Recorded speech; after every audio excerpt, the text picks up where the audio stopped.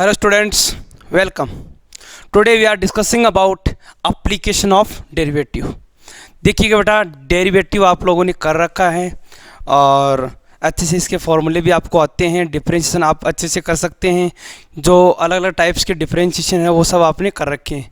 But इसका जो use है, वो एप्लीकेशन है, वो क्या है देखेंगे। तो जो अपने एनडीए में मोस्टली क्वेश्चन पूछे जाते हैं, वैसे तो डिफरेंशिएशन के बहुत यूज़ हैं, बट अपने एनडीए में जो मोस्टली क्वेश्चन आते हैं मैं वही डिस्कस करूँगा। तो फर्स्ट ऑफ ऑल एक है इसका use in increasing and decreasing, मतलब फंक्शन को आपको बताना होगा कि ये इंक्रीजिंग है या डिक्रीजिंग है, किस इंटरवल में इंक्रीज़ कर रहा है और किस इंटरवल में डिक्रीज़ कर रहा है। इसके अलावा कोई फंक्शन दिया हुआ है, उसका मैक्सिमम वैल्यू क्या होगा, मिनिमम क्या होगा, कितनी बार वो मैक्सिमम देगा, कितनी बार वो मिनिमम देगा, ये सारी चीज़ें अपन यहाँ से डेरिवेटिव को यूज़ करके कर सकते हैं। कहने का मतलब एक तरह से अपन फंक्शन का रेंज भी डिफरेंशिएशन से कर सकते हैं। और थर्ड यूज है इसका, वो है equation of tangent and equation of normal of different curve. जैसे कर्व आपको दिया हुआ है, पैराबोला है, इलिप्स है, हाइपरबोला है, इसके अलावा और कोई कर्व का इक्वेशन गिवन है, उसके किसी पर्टिकुलर पॉइंट पे आपको equation of tangent and equation of normal उससे रिलेटेड क्वेश्चन पूछते हैं। तो मैं यहाँ पे 3 एप्लीकेशन की बात कर रहा हूँ। फर्स्ट इंक्रीजिंग डिक्रीजिंग, इंक्रीजिंग और डिक्रीजिंग। अच्छा, इसको एक अलग नाम से और जानते हैं इंक्रीजिंग डिक्रीजिंग को, वो है मोनोटोनिसिटी, मोनोटोनिक बोल दीजिएगा। सेकंड है आपका मैक्सिमा मिनिमा, किसी फंक्शन का मैक्सिमा वैल्यू क्या है, मिनिमम क्या है, किस पॉइंट पे मैक्सिमम है, किस पे मिनिमम है। और थर्ड है इक्वेशन ऑफ टेंजेंट और नॉर्मल ऑफ कर्व्स। अलग अलग कर्व दिए होंगे, उनके ऊपर आपको इक्वेशन ऑफ टेंजेंट या इक्वेशन ऑफ नॉर्मल देखना होगा। अच्छा, इसके अलावा एक एप्लीकेशन और भी आता है, rate of change, rate of change in different units. But इसके क्वेश्चन बहुत कम आते हैं। जो अपने एनडी में मोस्टली क्वेश्चन पूछे जाते हैं वो इन तीनों में से ही पूछे जाते हैं। तो मैं तीनों को 1 बाय 1 डिस्कस करूंगा और साथ के साथ में जो प्रीवियस ईयर में क्वेश्चंस पूछे गए हैं उनको भी डिस्कस करूंगा। ओके बेटा, तो फर्स्ट ऑफ ऑल हेडिंग है अपना इंक्रीजिंग डिक्रीजिंग या मोनोटोनिक, इंक्रीजिंग डिक्रीजिंग या मोनोटोनिक। देखिएगा, फर्स्ट ऑफ ऑल मैं इसका जनरल मीनिंग समझा देता हूँ, फिर डिफरेंशिएशन को यूज़ करके कैसे चेक करेंगे वो भी समझा दूंगा। देखिएगा, suppose there is the function, X axis है, ये वाई एक्सिस है और ये आपका ओरिजिन है। मैं यहाँ रेंडमली कोई ग्राफ बनाता हूँ आपके सामने। कोई भी फंक्शन है, अब फंक्शन है तो डेफिनेटली उसका ग्राफ भी होगा। मैंने ऐसे ही कोई रेंडमली ग्राफ बना दिया। ओके, अब आप देख रहे हैं कि यहाँ x की डिफरेंट वैल्यूज है। जैसे मान लो यहाँ पे x की वैल्यू दे रखी है x1, इसके अलावा मान लीजिए यहाँ पे x का वैल्यू x2 गिवन है, इसके अलावा यहाँ पे मान लो x का वैल्यू x3 गिवन है, इसके अलावा यहाँ पे x का वैल्यू x4 गिवन है। इस तरह से अलग अलग वैल्यूज़ दे रखी है। मैं फर्स्ट ऑफ ऑल 2 वैल्यू की बात करता हूँ। आप मेरे को ये बताइए, एक्स एक्सिस पे अपन जब लेफ़्ट टू राइट आते हैं तो x की वैल्यू इंक्रीज होती है या डिक्रीज होती है? तो आप कहेंगे सर हम लेफ़्ट से राइट आते हैं तो x का वैल्यू हमेशा इंक्रीज होता है। इसका मतलब ये है कि x इक्वल टू x1 यहाँ पे है और x इक्वल टू x2 यहाँ पे है। तो कोई भी बता सकता है कि सर इस ग्राफ में x1 का जो वैल्यू है वो x2 से क्या है, लेस है। क्लियर है? बिकॉज x1 पहले आया है x एक्सिस पे और x2 बाद में आया है। जो बाद में वैल्यू आएगा वो हमेशा ग्रेटर होगा जब अपना x एक्सिस की बात करें या नंबर लाइन की बात करें। Okay, yes. फंक्शन है सपोज एफ एक्स, ये वाला फंक्शन है एफ एक्स। आपने x इक्वल टू x1 रखा तो आपके पास एक आंसर आ गया और वो आंसर है आपका f(x1). आपने x इक्वल टू x2 रखा तो आपका एक आंसर आ गया यहाँ पे और ये आंसर है आपका f(x2). ओके, अब आप देखिएगा y की जब वैल्यूज़ देख रहे हैं यहाँ पे, तो एक वैल्यू तो यहाँ पे f(x1) और एक वैल्यू यहाँ पे f(x2). तो बताइए दोनों में से बड़ी वैल्यू कौन सा है?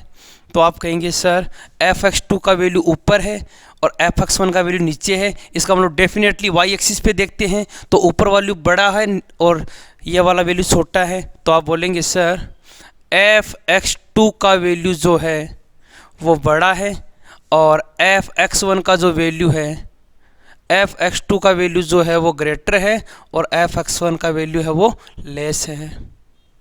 तो आपने क्या नोट किया कि सर जब x1 और x2 दो वैल्यू में कंपेयर करें तो जब x1 का वैल्यू लेस है, छोटा है x2 से, तो f(x1) का वैल्यू भी क्या है, f(x2) से छोटा है। इसका मतलब ये हो गया कि जो फंक्शन है वो क्या है, इंक्रीजिंग है। क्या है बेटा, इंक्रीजिंग है। क्या है, इंक्रीजिंग है। तो जब फंक्शन इंक्रीजिंग होगा, जब फंक्शन इंक्रीजिंग होगा तो हमेशा ऐसे ही याद रखना होगा आपको कि x1 x2 का कंपैरिजन करें तो अगर f(x1) और f(x2) में भी सेम वही साइन आ रहा जो ऊपर आया है, सेम आता है हमेशा, तो मतलब फंक्शन क्या है, इंक्रीजिंग है। क्लियर हो गई ये बात। अब इसका यूज़ कैसे आता है, जैसे मान लो आपको क्वेश्चन आ गया ऐसा, sin 1 और sin 1 डिग्री, बताओ कौन सा साइन आएगा, ये वाला साइन आएगा, ये वाला साइन आएगा, इक्वल टू आएगा, कौन सा आएगा? तो आप यहाँ भी कंपैरिजन कर सकते हैं क्योंकि आपको ग्राफ पता है sin x का। आप कहेंगे सर sin 1 डिग्री है और ये है 1 radian, we know 1 radian equal to approximate 57 degree, approximate लगभग, हालांकि पूरा वैल्यू होता है 57 डिग्री 16 मिनट एंड 22 सेकेंड या 21 सेकेंड, बट मैं अप्रोक्सीमेट की बात कर रहा हूँ। तो आप कहेंगे 57 डिग्री के लगभग है। कहने का मतलब मैं इसको 57 डिग्री बोल सकता हूँ।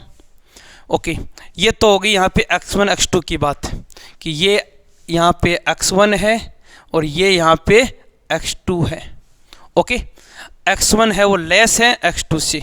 ओके, अब sin x का आप लोगों ने ग्राफ देखा है, sin x का ग्राफ देखा है कि sin x का ग्राफ ऐसे इंक्रीज होता है, तो 0 से लेके π/2 तक जो ग्राफ है वो क्या है, इंक्रीज हो रहा है। तो इंक्रीजिंग के केस में आप कहेंगे कि जब x2 का वैल्यू ग्रेटर है x1 से तो फंक्शन का वैल्यू भी क्या होगा, फंक्शन का वैल्यू भी क्या होगा, ग्रेटर होगा। मतलब sin 57 डिग्री जो है वो sin 1 डिग्री से क्या होगा, ग्रेटर होगा। क्लियर है? ओके, और यही क्वेश्चन अगर कोस में पूछा होता, अगर यही क्वेश्चन कोस में पूछा होता तो यहाँ पे पिक्चर चेंज हो जाती। मतलब क्वेश्चन ऐसे होता cos 1 और cos 1 डिग्री, अब बताओ कौन सा साइन आएगा? तो आप बोलेंगे 1 का मतलब वही 57 डिग्री। ओके, और cos 1 डिग्री और 57 डिग्री, अब आप कहेंगे हाँ तो cos 57 डिग्री और cos 1 डिग्री, तो यहाँ पे बोलेंगे कि सर ये जो 1 है इसको अपन x1 मान लें, 57 डिग्री है ये जो, इसको अपन x2 मान लें, x1 x2 मान लिया। ओके, अब ये बताइए कि पिछले क्वेश्चन में तो x1 जो लेस है x2 से तो आपने ये वाला साइन लगा दिया था, बट cos x के केस में अपन ग्राफ जानते हैं cos का, इस तरह से ग्राफ डिक्रीज होता है सबसे पहले। तो आप कहेंगे सर 0 से लेके 90 तक अगर आपको कंपैरिजन करना है तो ग्राफ तो डिक्रीजिंग होता है, और डिक्रीजिंग वाले केस में अगर x1 का वैल्यू x2 से लेस है तो फंक्शन का जो वैल्यू है वो क्या हो जाएगा, ग्रेटर हो जाएगा। ये याद रखना आप। मतलब अगर x1 का वैल्यू x2 से लेस है और फंक्शन का वैल्यू भी लेस है तो इंक्रीजिंग होगा, और if x1 less than x2 but function का वैल्यू ग्रेटर आ रहा है, इसका मतलब ये किसका सिस्टम होगा, ये डिक्रीजिंग का होगा। किसका होगा, डिक्रीजिंग का होगा। अब देख लीजिए, जैसे मान लीजिए आप x2 और x4 में कंपैरिजन करें तो देखो ये है आपका x4, ये आपका x4 है, ये आपका x2 है। सबको पता है कि x4 है वो ग्रेटर है x2 से, सबको पता है x4 जो है क्योंकि आगे है इससे तो x2 से ग्रेटर है। ओके, एंड यहाँ पे अगर फंक्शन का वैल्यू निकालें तो f(x4) आएगा, यहाँ पे फंक्शन का वैल्यू f(x2) आएगा। अब f(x2) वैल्यू तो यहाँ पे है, f(x4) वैल्यू यहाँ पे है। बताओ ऊपर वैल्यू किसका है, आप कहेंगे f(x2) का वैल्यू ग्रेटर है। तो इसका मतलब ये वाला साइन कब होगा, उल्टा साइन कब होगा, when graph is decreasing, graph क्या हो, डिक्रीजिंग हो। क्लियर हो गई ये बात। तो या तो इंक्रीज होगा या ग्राफ डिक्रीज होगा। ओके, इसके बाद में कोई बच्चा बोलेगा कि सर अगर मान लो इस पॉइंट पे कोई बात करनी हो तो यहाँ पे तो कुछ भी नहीं हो रहा। तो मैं आपको बता दूँ, यहाँ पे अगर कोई पॉइंट होगा उस पॉइंट पे ना तो ग्राफ इंक्रीज होगा और ना ग्राफ डिक्रीज होगा। क्लियर, इस पे ना तो इंक्रीज होगा और ना डिक्रीज होगा। इसको बोलते हैं क्रिटिकल पॉइंट। क्या बोलते हैं, क्रिटिकल पॉइंट, इन्फ्लेशन पॉइंट या क्रिटिकल पॉइंट। ये अभी अपन मैक्सिमा मिनिमा में इसकी बात करेंगे। तो बेटा ये था आपका basic structure about increasing decreasing. अभी तक मैंने डिफरेंशिएशन का कोई नाम नहीं लिया, मैंने जनरली बताया है कि कब डिक्रीज होता है, कब इंक्रीज होता है। और जब आपको अगर किसी फंक्शन का ग्राफ पता है तो आप इसका इंक्रीजिंग डिक्रीजिंग फटाफट बता सकते हैं। क्योंकि अगर आपके पास में ग्राफ है किसी भी फंक्शन का तो आप देख सकते हैं। जैसे मान लो मेरे को किसी ने कहा कि log ex और यहाँ पे दो वैल्यू में कंपैरिजन करवा लिया। मेरे को पता है अच्छे से कि log x का ग्राफ ऐसे बनता है। अब मेरे को कोई भी वैल्यू पूछ ले, जैसे मान लो log 2 का वैल्यू पूछ लिया और log 3 का वैल्यू पूछ लिया, तो मुझे पता है कि log x का ग्राफ इंक्रीजिंग होता है। तो डेफिनेटली log 3 का वैल्यू जो है वो ग्रेटर होगा, क्योंकि log 2 यहाँ होगा तो log 3 यहाँ होगा। तो ये 2 के लिए होगा और ये 3 के लिए होगा। तो 3 की वैल्यू ग्रेटर है कि नहीं है। क्लियर है ये चीज़। इसके अलावा मान लीजिए मेरे को e की पावर x में पूछ लिया। अब e की पावर x का ग्राफ आप लोगों ने पढ़ा है फंक्शन के अंदर, इस तरह से ग्राफ होता है, ये आपको करवाया था फंक्शन के अंदर। अब मान लो एक तो e की पावर 2 है, एक e की पावर 5 है। आप कहेंगे सर 2 तो यहाँ होगा और 5 यहाँ होगा, इंक्रीजिंग का केस है तो डेफिनेटली 2 और 5 तो ये वैल्यू भी क्या होगी, ग्रेटर होगी, क्योंकि 2 का वैल्यू यहीं मिलेगा, 5 का वैल्यू यहीं मिलेगा। तो ये तो सारा सीन कब का है, जब आप फंक्शन का ग्राफ जानते हैं। बट अपन बात कर रहे हैं एप्लीकेशन ऑफ डेरिवेटिव। तो डेरिवेटिव को यूज करके किस तरह से अपन इंक्रीजिंग डिक्रीजिंग चेक करते हैं, इसकी अपन बात कर लेते हैं। तो देखिएगा किस तरह से अपन इंक्रीजिंग डिक्रीजिंग फंक्शन का चेक करते हैं, कौन से इंटरवल में इंक्रीजिंग होगा और कौन से इंटरवल में डिक्रीजिंग होगा। तो देखिएगा, प्रोसीजर समझ लीजिए क्या है और कॉन्सेप्ट समझ लीजिए। फर्स्ट ऑफ ऑल आपको इस तरह से कोई फंक्शन दिया हुआ आएगा, कोई भी फंक्शन आ सकता है। जैसे मान लीजिए ये फंक्शन आ गया 2x की पावर 3 प्लस का, या फिर 2x स्क्वायर प्लस का 4x माइनस का 1, ये फंक्शन है। बोलेगा बताइए वो इंटरवल बताओ जहाँ फंक्शन इंक्रीज होगा और वो इंटरवल बताओ जहाँ फंक्शन डिक्रीज होगा। तो आप कहेंगे सर फर्स्ट ऑफ ऑल इसका डिफ्रेंशिएशन करेंगे।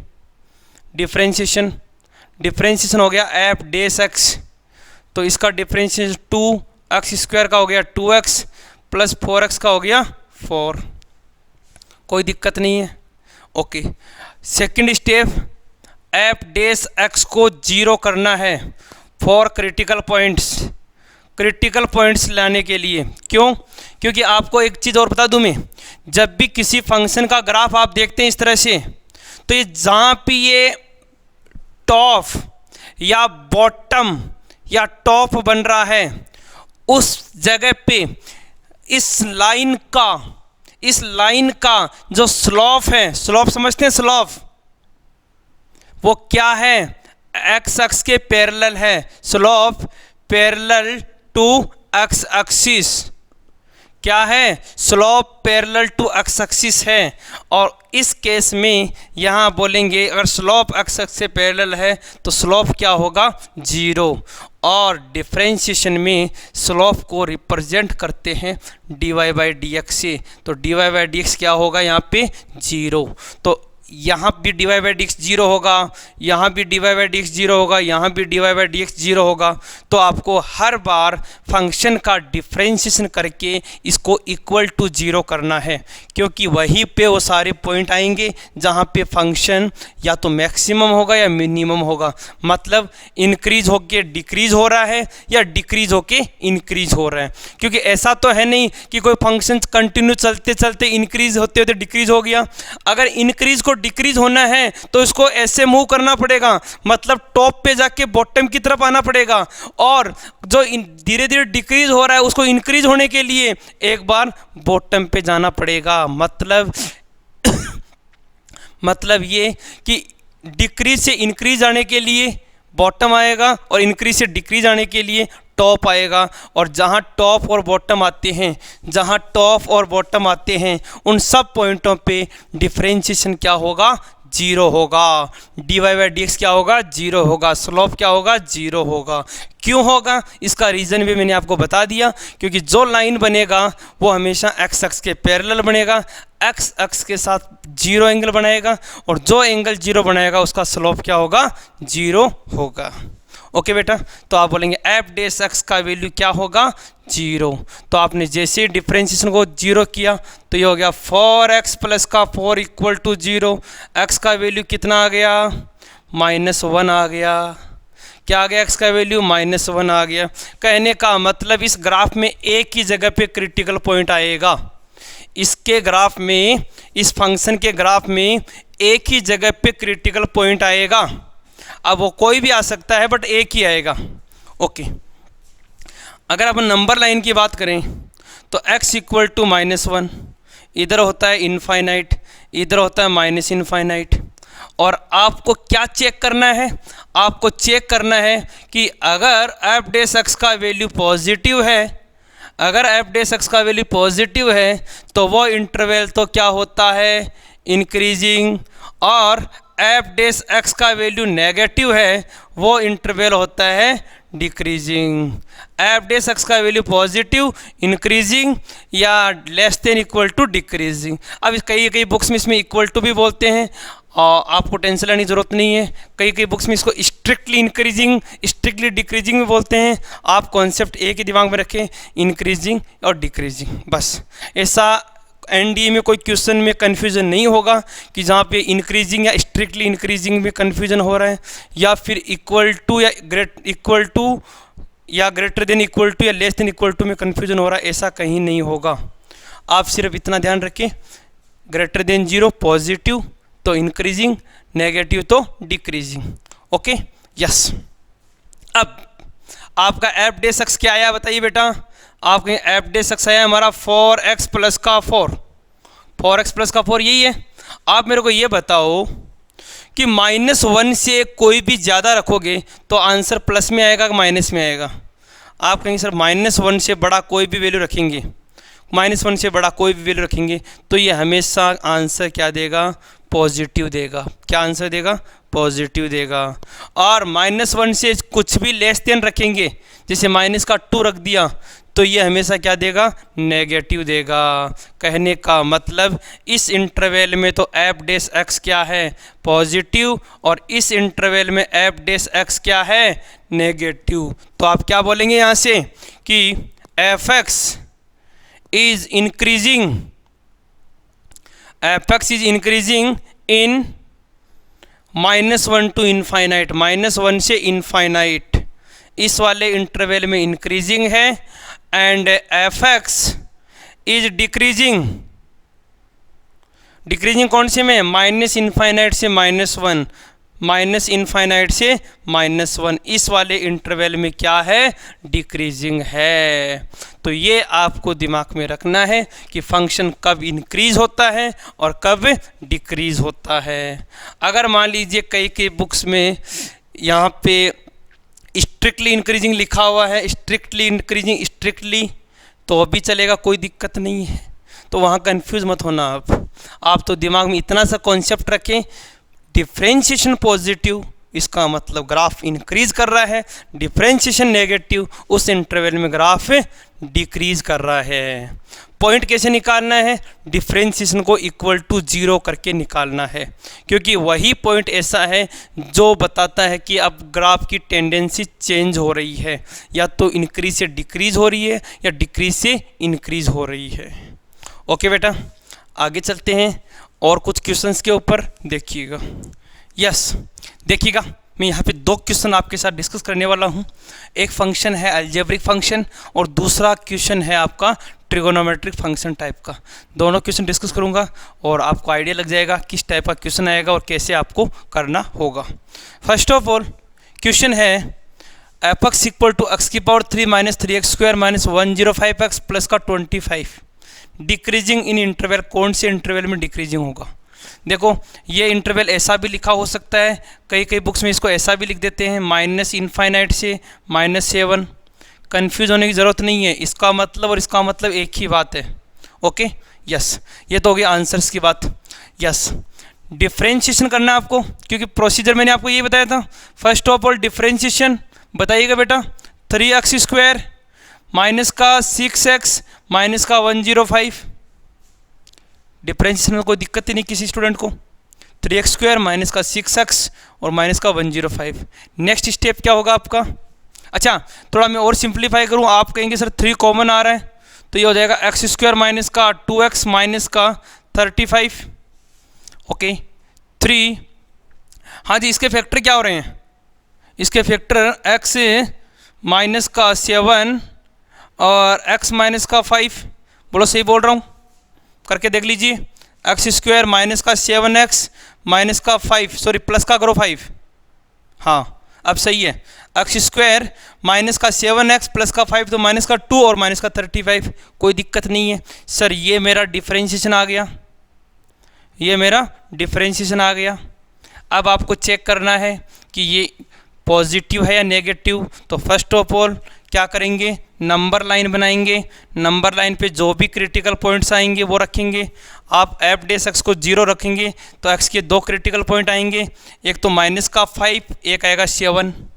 क्या आएगा, माइनस का 5, एक आएगा 7। ये तो बच्चों वाला काम है, कर सकते हो आराम से। डिफरेंशिएशन करना और इक्वल टू 0 करना, यहाँ तक तो किसी स्टूडेंट को कोई प्रॉब्लम नहीं आनी चाहिए क्रिटिकल पॉइंट्स निकालने में। ओके, अब शुरू करते हैं। 7 से ग्रेटर कोई वैल्यू रखिए, 7 से ग्रेटर कुछ भी रखेंगे। ये इनइक्वलिटीज़ में ऑलरेडी आप कर चुके हैं। 7 से बड़ा कोई भी वैल्यू रखेंगे, ये प्लस आएगा, ये माइनस आएगा, ये प्लस आएगा। बोलो यही पैटर्न है अपना, प्लस इधर फिर माइनस, क्योंकि -5 से 7 में कोई भी वैल्यू रख लो। जैसे -5 से 7 में 0 भी आता है, 0 रख के देख लो, चाहे 0 रख के देख लो, नेगेटिव ही आएगा। इधर इनफाइनाइट होता है, इधर माइनस इनफाइनाइट होता है। क्वेश्चन में क्या पूछा है, डिक्रीजिंग, और डिक्रीजिंग पूछा है, इट मीन्स इस वाले इंटरवल में आपका आंसर लाई करेगा। तो -5 से 7, -5 से 7, सॉरी -5 से 7 कौन से इंटरवल में है, -5 से 7। देखो ये तो माइनस इनफाइनाइट से -7 है, माइनस इनफाइनाइट से -7, तो ये तो नहीं हो सकता। दूसरा -5 से माइनस इनफाइनाइट, अब -5 से माइनस इनफाइनाइट, ये सही है, लेकिन ये तो गलत लिखा हुआ है। इसको एक्चुअल में ऐसा लिखना चाहिए था, इस वाले इस ऑप्शन को ऐसा लिखना चाहिए था, माइनस इनफाइनाइट से, सॉरी ये भी गलत है, क्योंकि आंसर तो -5 से -7 आ रहा है, तो ये भी गलत है, ये भी नहीं हो सकता।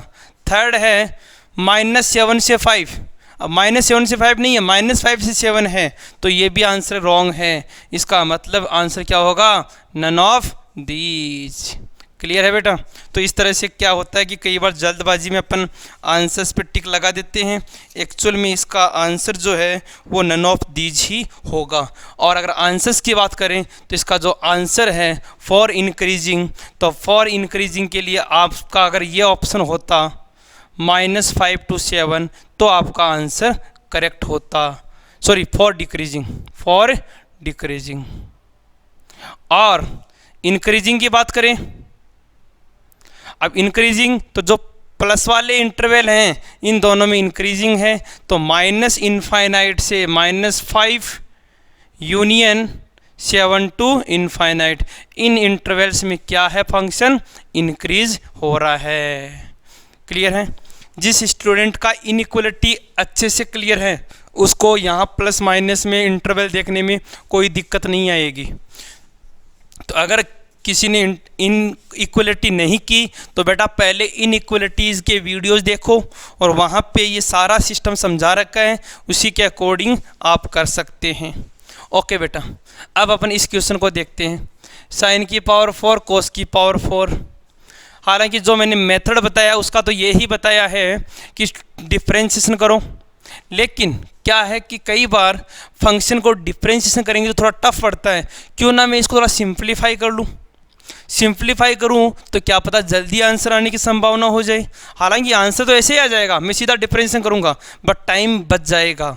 तो एक चीज़ बता दूँ मैं आपको, अलजेब्रिक फॉर्म में a की पावर 4 प्लस b की पावर 4 का आप लोगों ने फॉर्मूला कर रखा होगा। ये क्वाड्रेटिक इक्वेशन वाले में टॉपिक में करवाया भी था। a² प्लस b² की पावर 2 माइनस 2 a² b², ये कर रखा है कि नहीं कर रखा। अब मैं ये इसलिए यूज ले रहा हूँ बिकॉज साइन की पावर 4 और कॉस की पावर 4 को जब अपन इस फॉर्म में रखेंगे तो ये तो क्या बन जाएगा, ध्यान से देखिएगा बेटा, क्योंकि थोड़ा सा इजी हो जाए कॉन्सेप्ट, इसके लिए मैं ये सारा प्रोसीजर आपको करवा रहा हूँ। ये चीज़ ध्यान रखना आप, क्योंकि डिफरेंशिएशन इंटीग्रेशन में भी इस टाइप के क्वेश्चंस आ रखे हैं, वहाँ भी अपन ऐसा ही प्रोसीजर करते हैं। ये 1 हो गया तो एक्चुअल में ये जो क्वेश्चन है वो ऐसा बन गया 1 - 2 साइन x कॉस x का होल स्क्वायर। आप चाहें तो इसको और रिड्यूस कर सकते हैं। कैसे, देखो, अगर आप इसको 2 से मल्टीप्लाई 2 से डिवाइड करें तो 2 साइन ए कोस ए साइन 2a का बन गया। तो ये क्या हो गया एक्चुअल में 1 माइनस का ये हो गया 2 का स्क्वायर 4, तो ये 1/2 साइन 2x। एक्चुअल में क्वेश्चन को मैं रिड्यूस करके ऐसे लिख दिया। बताओ ये वाली बात और ये वाली बात सेम है कि नहीं है। ऐसा इसलिए किया डेरिवेटिव करने में इक्वल टू 0 करके x की वैल्यू निकालने में अपन को कोई प्रॉब्लम नहीं हो। ओके बेटा, यस। तो यहाँ से आप बोलेंगे कि सर एक्चुअल में आप डिफ्रेंशिएशन कर दो इसका। तो डिफ्रेंशिएशन करेंगे f डैश x, तो 1 का हो गया 0 माइनस का हाफ, साइन 2x का क्या होता है भाई cos 2x, और 2x का क्या हो गया 2, कोई प्रॉब्लम नहीं है। ओके, तो यहाँ से आप 2 से 2 कैंसिल कर देंगे, कितना आ गया f डैश x का value minus of cos of 2x, क्या आ गया minus of cos of 2x। Okay, अब देखिएगा मोस्ट इम्पॉर्टेंट, थोड़ा सा मिस्टेक कर गए बेटा, पावर भूल गए यहाँ पे, डेरिवेटिव में थोड़ी सी मिस्टेक हो गई। एक्चुअल में ये पावर 2 और है यहाँ पे, तो डिफ्रेंशिएशन भी अलग आएगा फिर तो कहने का मतलब अपन डेरिवेटिव करेंगे f डैश x, तो 1 का 0 हो गया -1/2 एज इट इज़। पहले पावर का करेंगे तो कितना आएगा 2 साइन 2x, और साइन 2x का हो गया cos 2x, और 2x का हो गया 2। अब देखिएगा 2 से 2 कैंसिल हो गया, ये आ गया माइनस का 2 साइन ए कोस ए साइन 2a, तो साइन 4x आ गया। f डैश x का वैल्यू क्या आ गया माइनस का साइन 4x। आपको कौन सा पूछा है, इंक्रीजिंग पूछा है। आप कहेंगे इंक्रीजिंग के लिए, फॉर इंक्रीजिंग के लिए क्या कॉन्सेप्ट होना चाहिए, f डैश x का वैल्यू 0 से ग्रेटर होना चाहिए या ग्रेटर देन इक्वल टू 0 होना चाहिए, यही तो कॉन्सेप्ट बताया है। अब आप कहेंगे सर, कहने का मतलब आप ये बोलना चाह रहे हैं कि जो माइनस का साइन 4x है वो ग्रेटर देन इक्वल टू 0 होना चाहिए, यही तो बोलना चाह रहे हैं। और अगर माइनस से मल्टीप्लाई कर दूंगा तो आप बोलेंगे साइन 4x का value less than equal to 0, क्योंकि ये नेगेटिव होगा तो ये नेगेटिव नेगेटिव तभी तो पॉजिटिव बनेगा। और साइन 4x का वैल्यू नेगेटिव कहाँ होता है, तो अब आप इंटरवल में आएंगे कि सर साइन का जो नेगेटिव वैल्यू है वो एक तो थर्ड क्वाड्रेंट में होता है, एक फोर्थ क्वाड्रेंट में होता है। कहने का मतलब अगर आप इसको ऐसा लिखें कि 4x lie between pi to 2 पाई, तो मेरे हिसाब से कोई दिक्कत नहीं होगी। क्यों?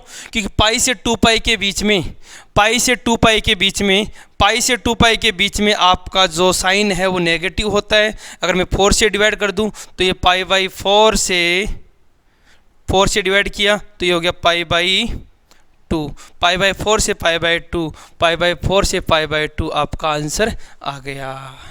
क्लियर है बात?